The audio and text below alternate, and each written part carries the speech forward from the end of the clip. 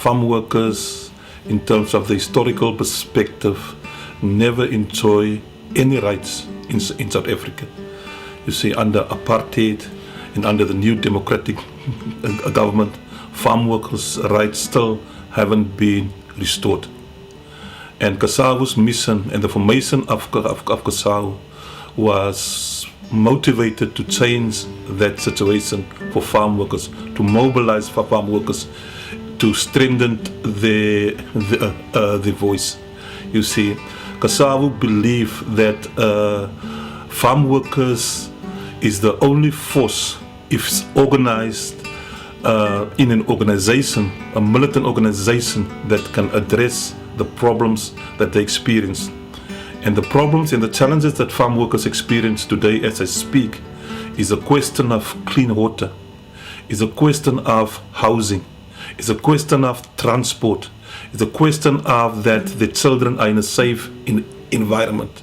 It's a question of is that the children will be evicted from a farm then they reach age of 18. It's a question of the oppression of women on farms, especially women workers are not being employed permanent anymore.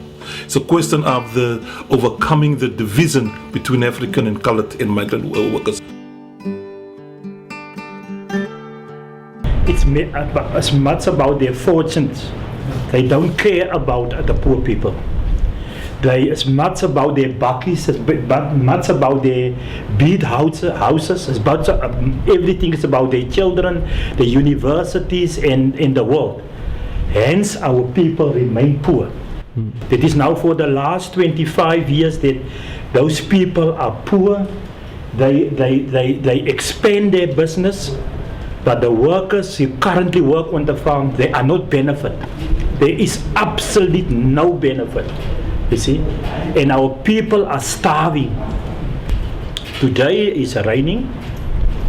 If it rained the entire week or the whole week, those people are not getting paid. They are putting off today. The farmers tell them, no, you can't work. There's rain. And the concern of the workers, if the rain the whole week, that means the entire week they are not paying their hours out income. They and their children are starving. Some of them cannot even afford their children to go to school. Some of them can't even provide the basic food for our children because they don't have money.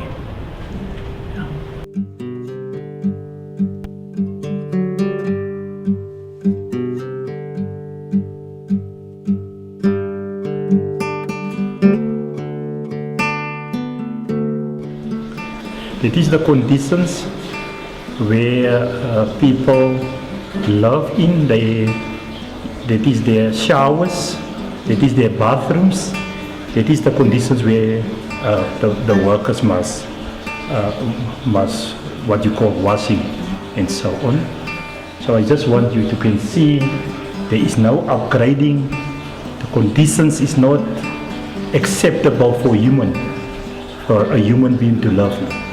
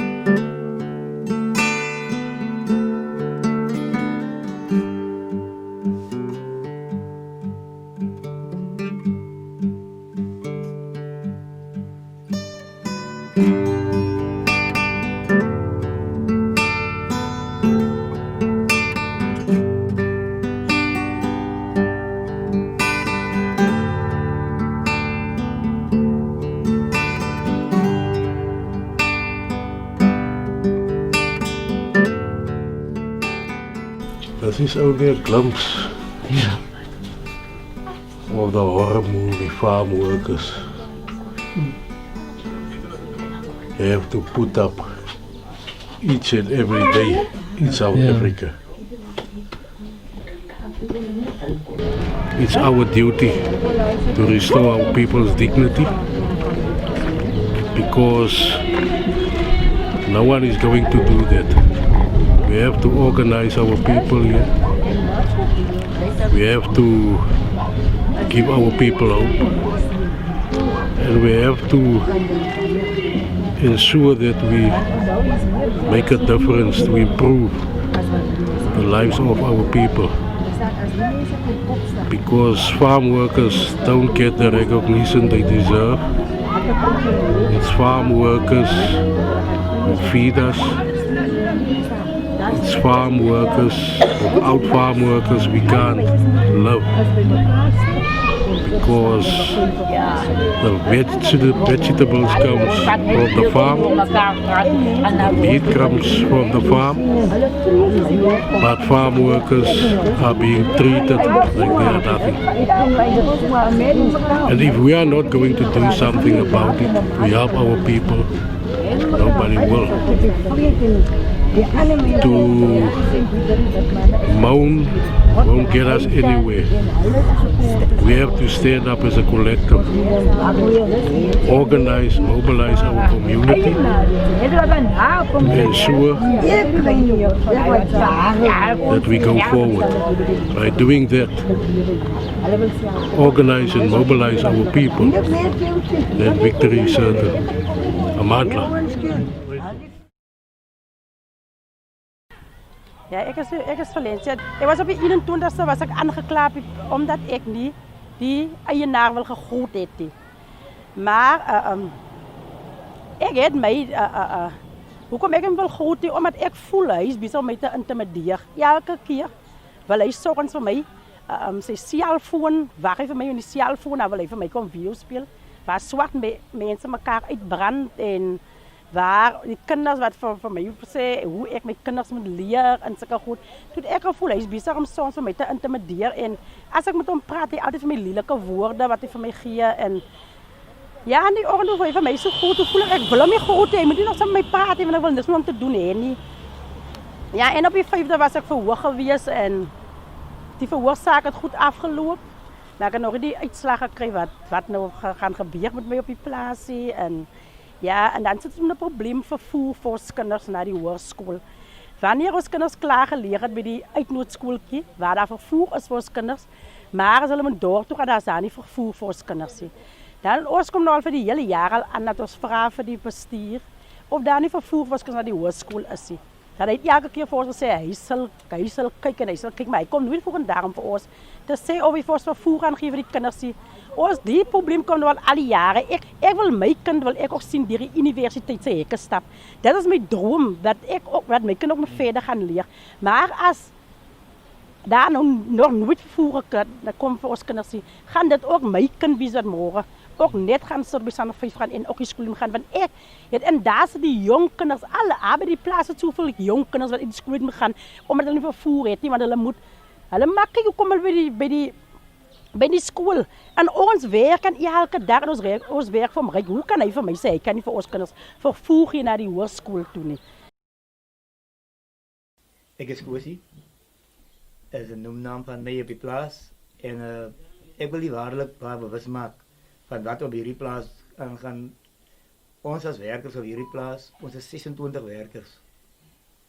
Maar nie een van ons werkers het waarlik 'n reg om sy werkersregte en sy menslike regte uit te lewe op hierdie plaas nie.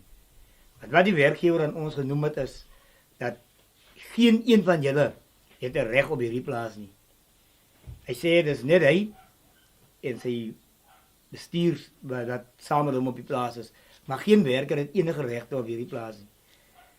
En daar is vir ons geen uitsig of 'n toekoms wat ons kan sien op hierdie plaas nie. Want vra jy van die werkgewer enigiets, dan sny dit sommer net af. Ons het voor ons met die CSAAWU ingetree het, was alles vir ons gratis en alles was vry. Maar naarmate die tyd aangeloop het en ons by CSAAWU ingetree het, het die werkgewer alles van die werknemers af teruggetrek. Daar is vir hulle geen voordele op die plaas wat jy kan noem nie. Daar is die vervoer na dorpe toe nie. Hulle sê daar is vervoer na dokters toe, maar enigstens as dit kom by 'n geval waar enige werker seer kry, al is dit ook in die werk, moet jy wag tot wanneer een van hulle, by die bestuur van die plaas is, miskien in dorp gaan, want dit is die enigste, Robertson is die naaste dorp van hierdie plaas af, om by 'n dokter te kom. En die tyd toe het kom verlede Vrydag, donderdag met die aankoms van Vita na hierdie plaas toe, het ons by mekaar gekom. Hy wou gehad ons met Vita se papiere teken. Ons het geteken, maar dit was onder dwang geweest. En toe ons dit nie wou teken nie, kom hy daar en hy sê, as jy nie wil teken nie man, klim op my lorrietjie, dan ek julle huis toe vat, en dan sal ek besluit, wanneer ek julle weer werk wil gee. En die werkers het benoud geraak. Ek het net vastgesit daar so, want ek het vir hom gesê, sy houding wat hy het teenoor die werkers, gaan ons nie aan nie. En hy het vir my gesê, maar, wie is ek om te kom sê? Toe sê ek maar, ek is die shop steward van die mense, ek is die leier van hierdie werkers, en ek is hulle mond. As het kom en daar moet gepraat word, dan word deur my gedoen word, en ek praat namens hulle. En ek en hy het strydery aangegaan. Maar hy wou nie ingee nie. Verder vertel hy vir ons, dat sy moer is net so klein. Dat hy het, wat hy eintlik daardeur probeer sê is, hy het geen respek vir enige van hierdie werkers nie. En dit is wat hierdie werkers seer maak. In die werk self, by die pesticides, die gifstof wat gespuit word, daar is geen beskermingsklere nie. Daar is niks wat ooptrekkers word gedoen. Dit maak nie saak wat 'n soort gif dit is nie. Hier is die getuies, en dit maak nie saak waar ons werk nie. Hulle sê vir ons net, die gifstowwe is nie giftig nie. Het maak nie saak na watter plek jy gaan, of wie jy gaan sê nie. Dat is sy plaas en niemand sê vir hom. Dat is wat hierdie werkgewer aan ons noem. What you see in this area that we're coming from now is called the Achterperel area. This is where they do diverse farming. They've got livestock, they've got what you call clona. Clona is the kind of plant that is used to make oil. And then there is wheat which is meant for making bread and other stuff. So that kind of farming is happening in that area. So different seasons require different kinds of spraying of pesticide. For grapes, for peaches, and for others, they would use your tractors, which will spray while the workers are working. They will spray. It's normal for them to spray pesticide while the workers are working. And then what further happens after the season of the grape, and then it's clona and wheat. When you come to that season, they don't use tractors to spray pesticide. They then hire a plane that comes and spray pesticide. But during that process, they would then remove all their livestock. Farmers will inform each other to remove livestock away from the area that's going to be sprayed, inform their families to vacate this place and go to other places that are much more safer.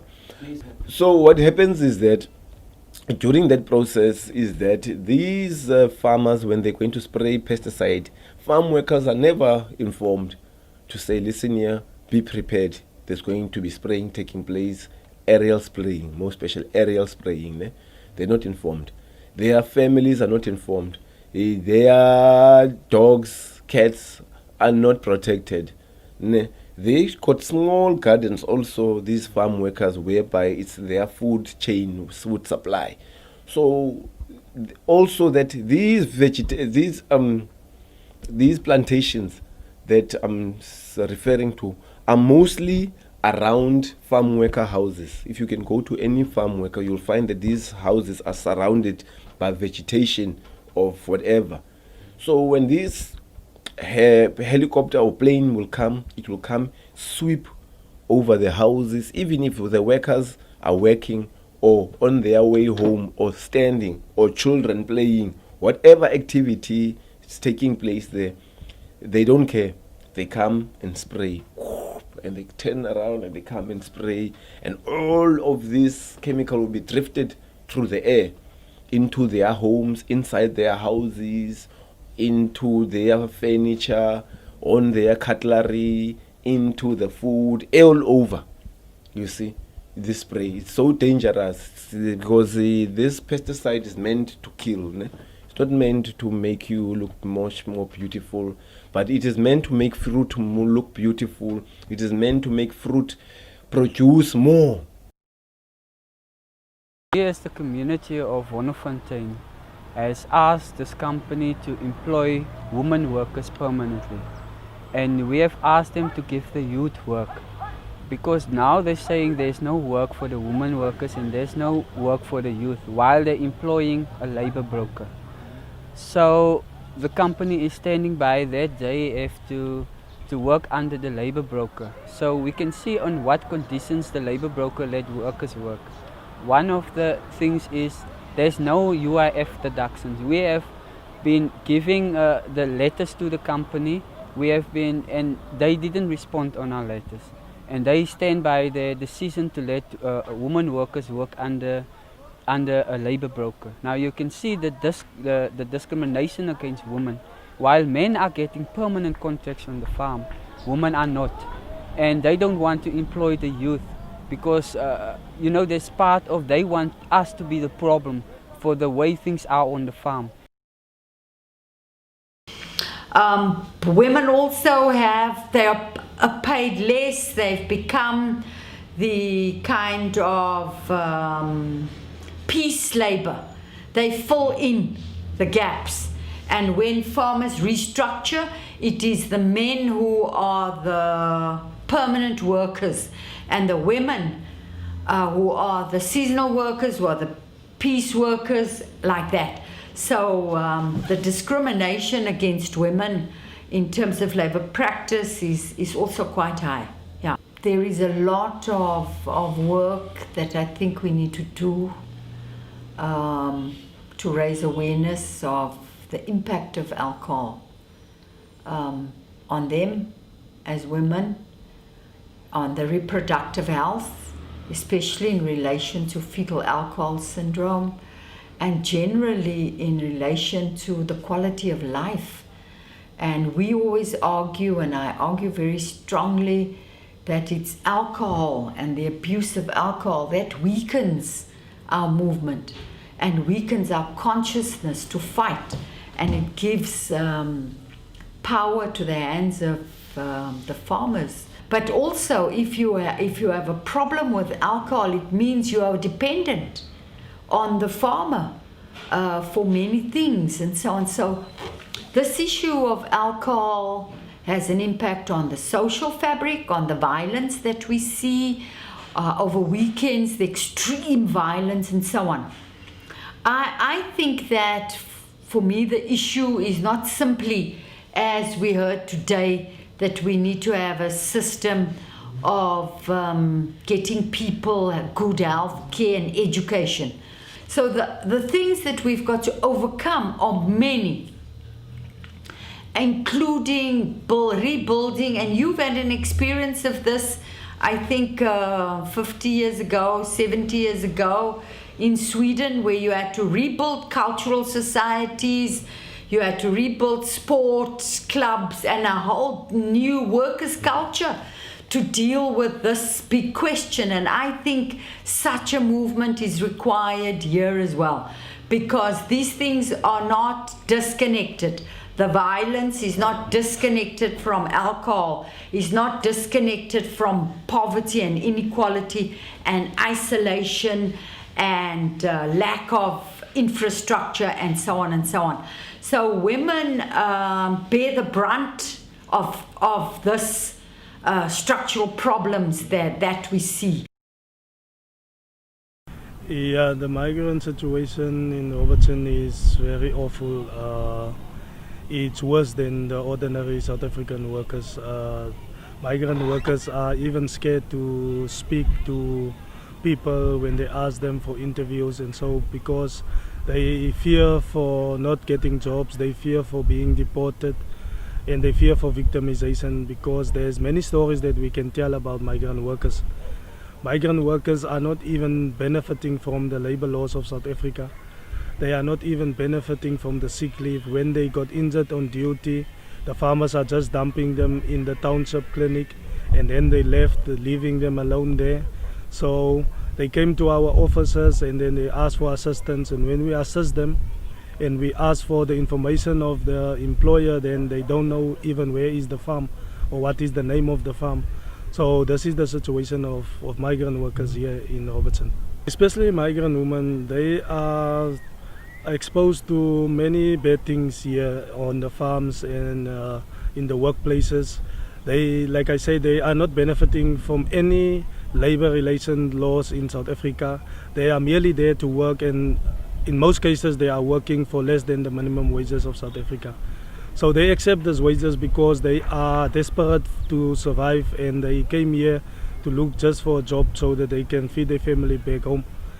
We advocate for educating our members and educating migrant workers about their rights, and we're educating our members about the reasons why migrants come to work in our country, and we say to them that this is not our enemies, this is our brothers and sisters, and we have a common cause, and we are working for a common cause, and that is the reason why we should work together and not against each other, despite the circumstances, because these situations are created by the bosses, and it's not our brothers and sisters from other countries that is creating this chaos that is existing here in South Africa.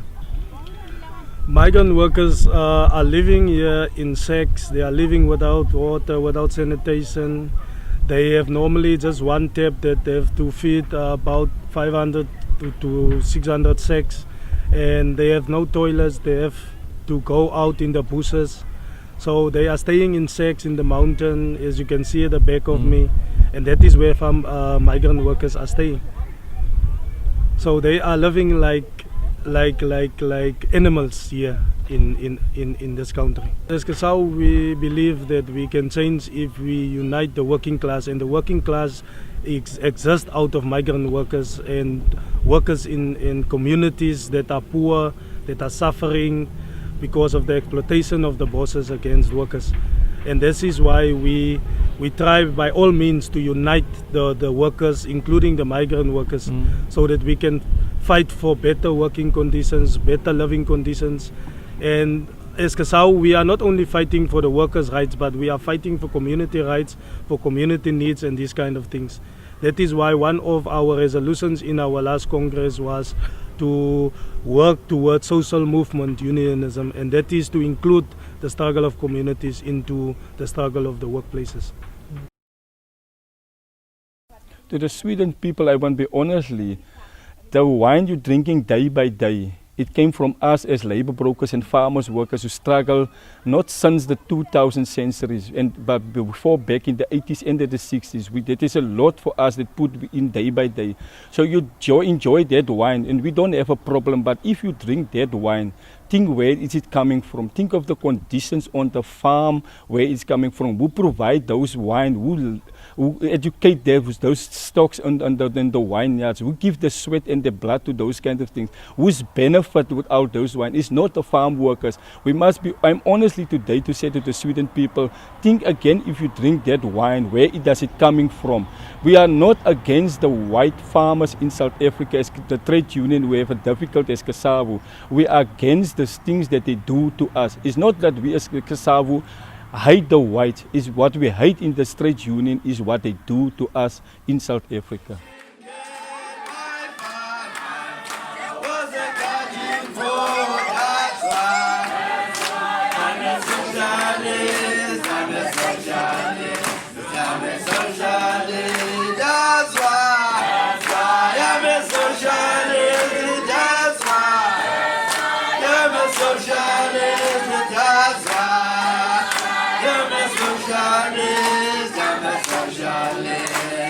Socialist,